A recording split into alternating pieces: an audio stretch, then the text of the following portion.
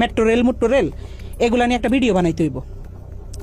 এ কথা বলে আমারে বলতে যে তোলাই ভাইয়া কিছু টাকা পাঠাইতেছি, তো হে তো যেটা বলে আমরা তো ভয় পাই। আমি কিন্তু হেরে বাঘের মতো ডরাই।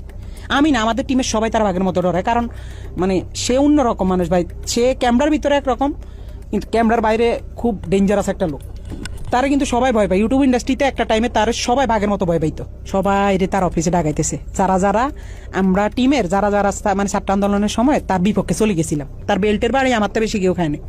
তো বেল্ট খুইলা আমার কুত্তার মতো পিড়াই। 2-3 মাস পরে হয়তো বা তার মাথাটা আবার ঢুকছে যে রাই কি কারো লগা আবার কিছু কইয়া লাইনি।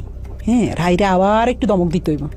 কেমনে বড় একটা নেতার সামনে হয়তো ফোন টোন দিলে আমি একটু ডরাই যাই। আমি তো ডরাই আসলে, আমি কিন্তু ভয় পাই।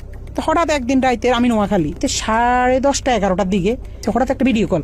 তো ওই দেখে দিয়ে তো আবার তলপেটে কামড় দিয়েছে। আল্লাহ এতদিন পর হঠাৎ কল দিয়ে আবার কি জানি কি কয়। হঠাৎ ফোন দিয়ে কয়, শুন তোর লগে একজনের সাথে একটু কথা বলাই দিব, বুঝছস রাহি? পরে আমি কই, জি ভাইয়া, কোনো সমস্যা নেই, বলেন। পরের দিন দেখলাম হঠাৎ করে বিপিনুর ভাইয়ের সাথে আমার কথা বলাই দিছে ভিডিও কলে। আমার কইতেছে একজনের সাথে তোর কথা বলাই দিব, সে কিন্তু নেক্সট বাংলাদেশের অনেক বড় মাপের একজন কেউ হবে, প্রধানমন্ত্রী বা মানে ভালো একটা পদে যাবে। তো পরে আফ্রিদি ভাইকে বুঝছি তো তোর ভাইয়ের অবস্থানটা? আমি কি, জি ভাইয়া বুঝছি।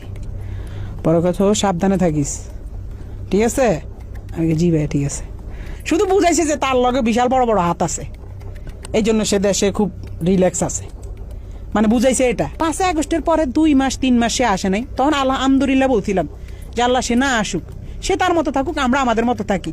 আমরাও তার কাছে যাইতাম চাই না, সেও আমার কাছে না আসুক। যে মানুষ 5 আগস্টের পরে আইসা দেশে স্টে করছে, সুন্দরভাবে থাকছে, আল্লাহ তো আপনার সুযোগ দিছে। কিন্তু না, আপনার ভিতরে তো ওই মনুষ্যত্ব না। আপনি শুধু রিভেঞ্জ, কারে কারে ধরবেন, কারে কারে মারবেন, কারে কারে কি করবেন। আপনার মনের মধ্যে শুধু এসব হারামি। আল্লাহ কি আমরা ছাড় দিব? এসব কারণে তো আল্লাহ